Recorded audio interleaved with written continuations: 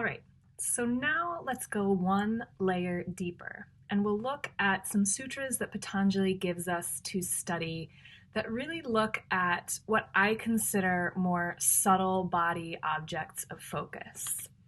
In Sutra 326, Patanjali says, by focusing on your inner light through the process of samyama, you gain knowledge of the subtle realm, that which is hidden from your view and that which appears distant or remote. So when we talk about the subtle body, I define the subtle body as the energetic body. These are sensations or experiences that we might have trouble putting into words, but we can't deny that we are experiencing them. These subtle body experiences are products of intuition, and as such, they exist outside the realm of language.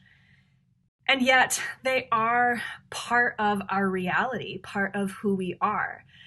Patanjali allows us to access these subtle body experiences by giving us an object of focus that is the inner light in this particular sutra. One of my teachers has always said something that I thought, or I have always thought, is a really nice way of thinking about not only utilizing asana as a tool to help us better get to know ourselves, but also you can use this little phrase to help us understand the subtle body and this particular sutra. So what my teacher says is that we have to bring the unconscious to the conscious mind, or bring the unconscious forward.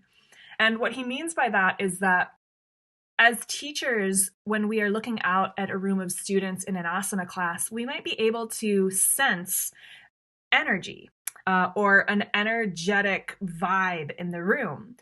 And to get really specific, sometimes when you are teaching an asana class, you might see a student who's really fidgety. And no matter what you do, no matter what asana or breathing pattern you give to them, they just can't seem to settle down. And what my teacher would say is that that is an unconscious pattern, probably for that particular student, where they have an energy in that moment in their life that is just causing them to be really fidgety. And maybe it's temporary, maybe it's something that's more chronic. Either way, what we as the teacher can do is help bring that unconscious pattern into the conscious mind. So when we see that conscious pattern, or that unconscious pattern manifesting itself as jitteriness, constantly moving the fingers or rotating or jiggling the body, we might actually cue those types of movements to our student or students in the classroom. And that is what it means to bring the unconscious to the conscious realm, or to make the unconscious conscious, so that we bring awareness to those patterns that might previously have been unconscious, and we make our students really aware of those patterns. And what that does is it shifts our focus onto those patterns. And by shifting our focus onto those patterns, it can help calm those patterns down, because we know that when we focus on one thing, it often dissipates. If we really let ourselves focus on a particular emotion or a particular sensation, and we don't let ourselves get distracted by anything else, over time that sensation starts to shift and change.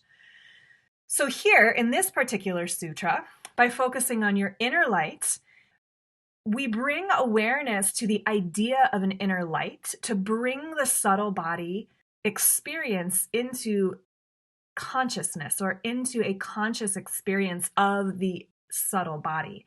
We use metaphor to help us access these parts of ourself that are otherwise unconscious and often unavailable to us or our students. So we can use the terminology inner light, or language around helping people sense an inner light. And I'm sure you've heard this in meditations before, or guided visualizations. Bring awareness to a light inside the body, or imagine that there's a light starting at the base of the spine and moving up through the crown of the head. And we use that terminology when we talked about the light at the crown of the head as well. So what happens when we get to know our own inner light, or we get to know more of our subtle body experiences? Well, we gain knowledge of the subtle realm. We become more aware of these sensations that are happening within us.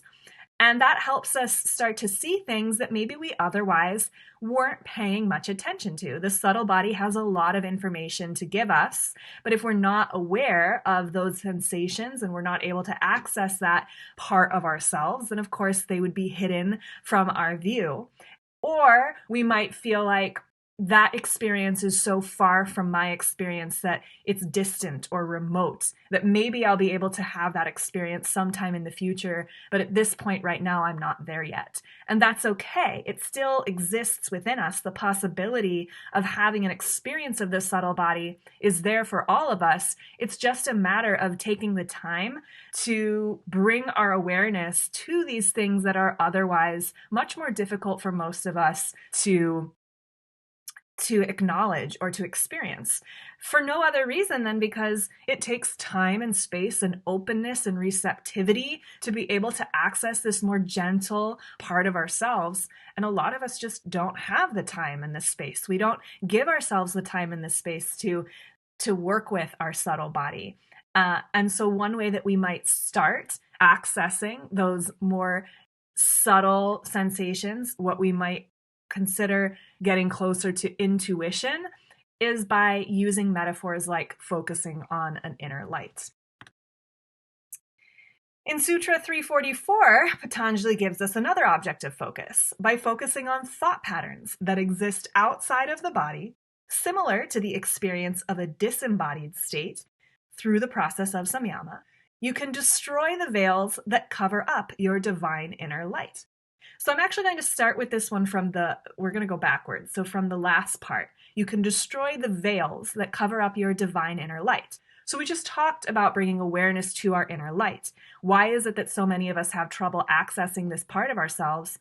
Well, most of us have veils that cover that up. And what are those veils? They're simply our conditioned responses to the world, society's expectations, the doubts, and all of the obstacles that are keeping us from getting to know our true self. Those are layers. One of my teachers has likened it to layers of dirt covering a mirror. All of these different things that have kept us from seeing who we really are. And when you have layer upon layer upon layer of dirt covering up your mirror, it's going to take a lot of work to clean that mirror up and get through all those layers of dirt that have accumulated since the moment that you were born. So, how do we do that? Well, Patanjali says that to destroy these veils or these layers of dirt that are covering up our ability to access our true self, we could maybe focus on thought patterns that exist outside of the body, similar to the experience of a disembodied state. Also, another word that we might use here is disassociation. Now, this term has certain connotations in our society, specifically around trauma and trauma populations. And so we are not encouraging here, or I am not encouraging here, that we move towards trying to become disembodied or trying to disassociate. But instead, Patanjali is asking us to look at our thought patterns as if they were to exist outside of our body, outside of our memories and our experiences and our own sensations. Find a way to look at our thought patterns more objectively. So what happens when you are with a friend and a friend comes to you and says, I have this problem? And they tell you their story and you look at them and you're like, well, in that situation, I would probably do this, this, and this. And your friend might say, oh, well, thank you so much for giving me that perspective. It was really helpful. And in that situation, it is helpful for someone outside of the specific circumstance or situation to be able to offer some perspective, because in your case, if you were the person giving your friend advice, you don't have the memories and the attachments that your friend has. So it's easier for you to give an outsider's perspective on a situation or a circumstance.